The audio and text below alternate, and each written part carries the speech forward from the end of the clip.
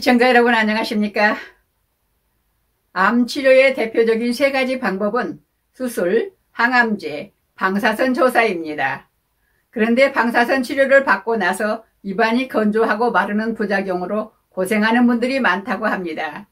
원인과 예방법, 치료에 대하여 김재율, 김점순 두 기자가 이병삼 경희한 원장인 이병삼 한의학 박사에게 자세히 문해봤습니다. 원장님, 방사선 치료 후에 구강 건조증과 입마름증이 있다는데 이건 왜 그러죠? 네, 암의 치료에 대표적으로 세 가지 방법을 쓰죠. 그래서 수술적인 방법, 또 항암제, 그리고 방사선 치료를 합니다.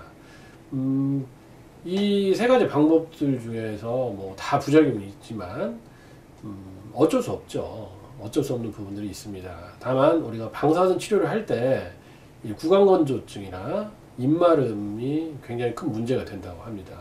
그러니까 결국 방사선 치료라고 하는 것은 열을 이용해서 이 열에 취약한 암 조직을 태운다고 생각하면 되겠습니다. 파괴하는 거죠. 그러면 우리 몸에서 이 열에 취약한 부분들도 같이 손상을 받게 되겠죠. 그러면 건조해서 문제가 되는 것들은 결국은 침샘, 그죠? 침샘의 문제가 됩니다. 침샘은 우리 몸에 세 군데가 있어요. 귀 밑에가 있고, 턱 밑에가 있고, 혀 밑에가 있어요. 근데 이 귀 밑에가 가장 크죠.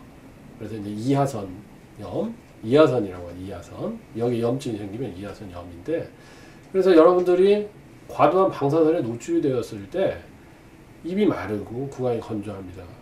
그럼 여기에 마땅한 어떤 치료가 있느냐? 사실 서양학적으로 방법이 없어요. 그래서 되게 이제 한다라고 하는 것이 비타민 C 많이 먹어라. 네? 물 많이 마셔라. 그걸로 한계가 있는 겁니다. 그리고 이게 또 침샘이 확 또 위축이 될 수가 있고, 또는 그것을 보상하기 위해서 커지는 경우도 있어요. 자, 이런 경우에 신음식은 도움이 되죠. 여러분들 신음식을 생각해 보면 어때요? 입에서 물이 나오잖아요. 침이 고이고. 그러니까 신음식을 먹는 거 당연히 도움이 됩니다. 비타민C 당연히 도움이 됩니다. 다만 그것들은 이 침샘의 기능을 항진시키는 것이고 침샘 자체에 물을 넣어주는 것은 아니죠. 그래서 한의학에는 수분 진액 음액이라는 개념이 있기 때문에 얘기를 침샘을 마르지 않도록 촉촉하게 계속해서 물을 넣어준다는 개념 치료가 있습니다.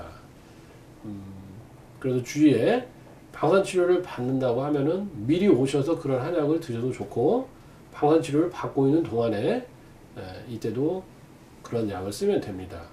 그래서 여러분들이 침샘, 아니면 갑상샘, 눈물샘, 이 샘에 문제가 있다. 샘은 마르지 않아야겠죠?